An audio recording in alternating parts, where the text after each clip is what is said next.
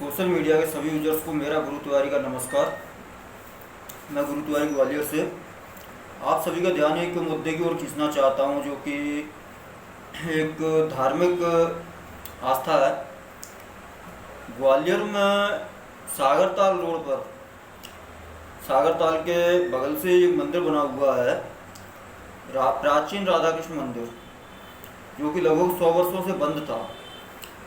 तो 14 फरवरी 2021 को जनता के द्वारा धरना प्रदर्शन कर उस मंदिर को खुलवा लिया गया, लेकिन उस मंदिर से लगी लगभग 8 बीघा ज़मीन पर में से 3.5 बीघा ज़मीन पर कब्जा हो चुका है, जिसको अस्थायी अतिक्रमण बोला जाता है। स्थायी व अस्थायी दोनों रूप से अतिक्रमण हो चुका है।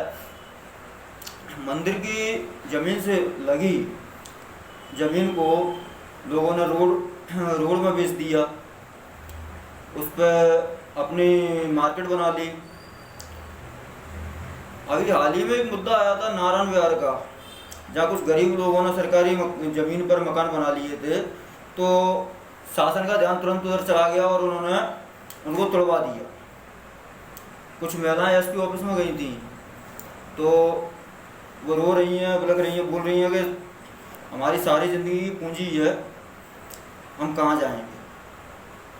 तो शासन ने उसको भी नहीं सुना।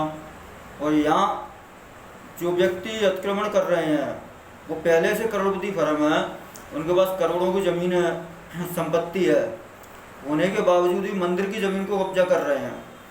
वहाँ सरकार का कोई ध्यान नहीं जाता है, किसी नेता का। मैं तो यहाँ तक कहूँगा कि ग्वालियर के जो धार्मिक संगठन है, बजरंग दल, आरएसएस और भी कई दल है, कोई भी दल उस मुद्दे पर नहीं बोलता है। और ये मंदिर एक मंदिर नहीं है ग्वालियर का, उसी सागरताल चौराहे पर सिद्धि विनायक कॉलोनी के सामने खेतों में बना हुआ मंदिर। कुछ लोगों ने निजी स्वार्थ के लिए उस मंदिर से, शंकर जी का मंदिर था वो, आज उस मंदिर में कोई मूर्ति नहीं है, कोई शिवलिंग नहीं है।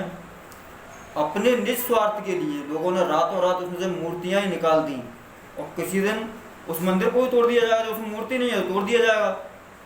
ना तो उस पर किसी हिंदू संगठन का ध्यान जाता है, ना किसी नेता का, ना किसी प्रशासन के लोग का, किसी का भी ध्यान उधर है नहीं।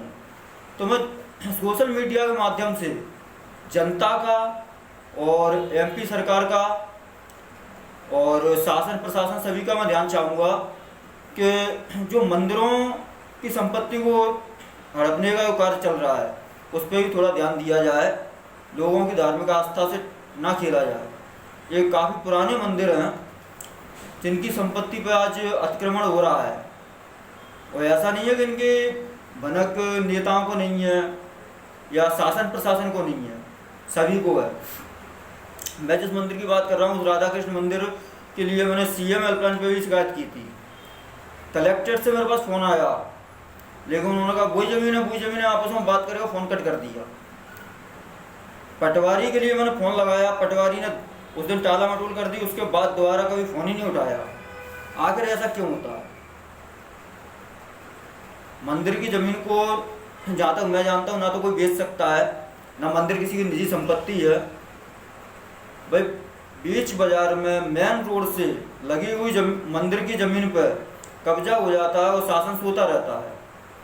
तो मैं सोशल मीडिया के माध्यम से उस सोते हुए शासन को जगाना चाहता हूँ, और जनता से मेरी अपील है हाथ जोड़ के कि इस वीडियो को अगर आप तक पहुँचे तो उसको ज़्यादा से ज़्यादा शेयर करें, जिससे जो एमपी का, अपने मध्य प्रदेश का सोता हुआ शासन है, उसकी नींद टूटे और जो मंदिर की ज़मीन है वो मंदिर को मिले।